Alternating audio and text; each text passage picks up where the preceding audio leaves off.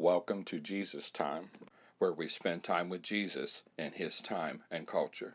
Today's topic is an outline of Israel.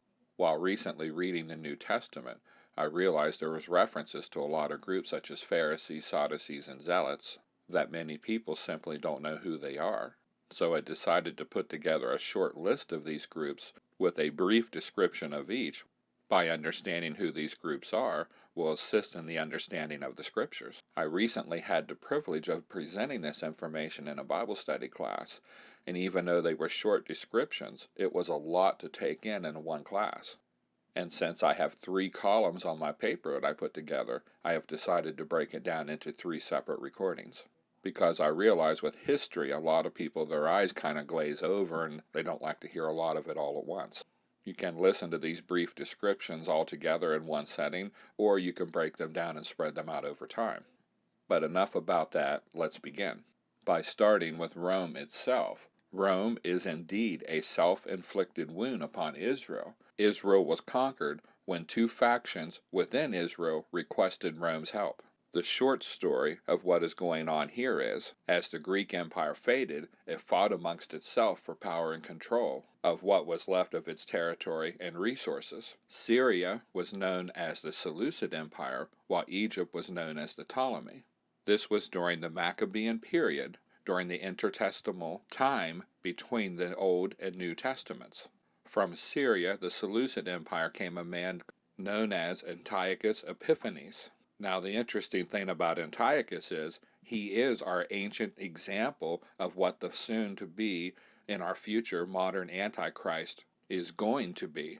Time and again, Antiochus tried to invade Egypt, and to get to Egypt from Syria, you pass through Israel. So he plundered and devastated Israel each time. Now, as Rome began to rise as a power, Egypt, the Ptolemies, made a treaty with Rome and became a member of the emerging Roman Empire. Now Egypt joined as a whole. They agreed to pay Roman taxes and to obey Caesar as Egypt. Contrasting that to Israel, when they seen Egypt no longer was attacked by Antiochus, because he had a dreadful fear of Rome, Israel likewise sought Roman assistance. The difference being 2 rival parties within Israel approached Rome for their help. And of course Rome, who had their eye upon world conquest, noticed this immediately, that Israel had approached Rome by both sides who were in what we would call a civil war. So Rome committed their legions under the command of General Pompey, and of course Pompey decided to back the weaker of the 2 sides in Israel. He entered Jerusalem and slew 12,000 Jews, and the weaker side in this civil war celebrated and said we could not have won this great victory without the assistance of Rome, and Rome said of course you couldn't have, and then they turned on the weaker side and destroyed them. So Israel became annexed to the Roman Empire, not as an independent nation underneath the empire, but as a conquered territory. And in a nutshell, that is how Herod the Great and the Herodian line became in charge of Israel, because they were appointed by the Roman Senate.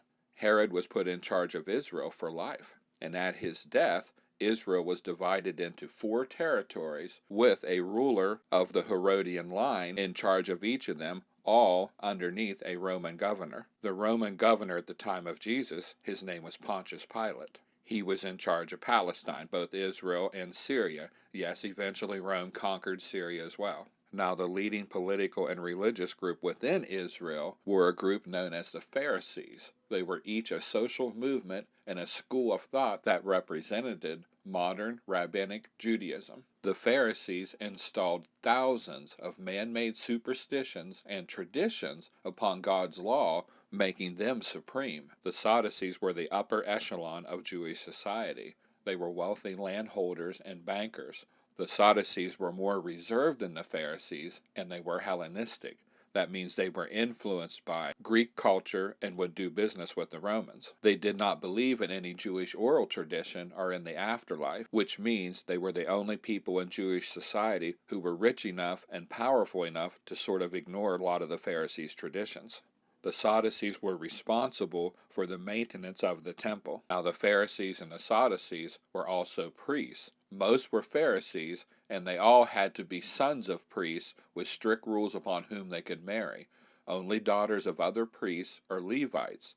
The most distinguished priests served in Jerusalem. There were literally thousands of priests throughout Israel. And of course, the temple in Jerusalem was everything. It was twice one of the ancient wonders of the world. It was made of white marble and gleaming gold, and as it sat upon the Temple Mount, the view of it was spectacular. The temple served as the center of Jewish worship and the financial heart not just of Israel, but the entire Jewish banking system. As such, it was a lender to all of the Roman Empire, meaning the aristocratic and political families of Rome, such as senators and Caesars, actually their personal finances was through the temple in Jerusalem. The temple was sort of the Switzerland banking system of its day. In Egypt and Alexandria was a lesser Jewish temple, and a lot of the nefarious, undesirable finances of the world took place there, a further away location with far less scrutiny. Also, Alexandria at the time of Christ was the tourist destination of the world, containing the wisdom of the Greek culture, and one could actually go there and see the body of Alexander the Great. His body was still preserved at this time. He was placed in a museum in a glass coffin filled with honey. Now, sometime after this, they mummified Alexander and buried him, and his tomb is lost to this date. Now, our last item for this recording is education. Children were instructed at home and in the local synagogues throughout the week, and there were many Jewish colleges, each in Jerusalem and Babylon, and these are the cultural details of Jewish life in the time of Christ.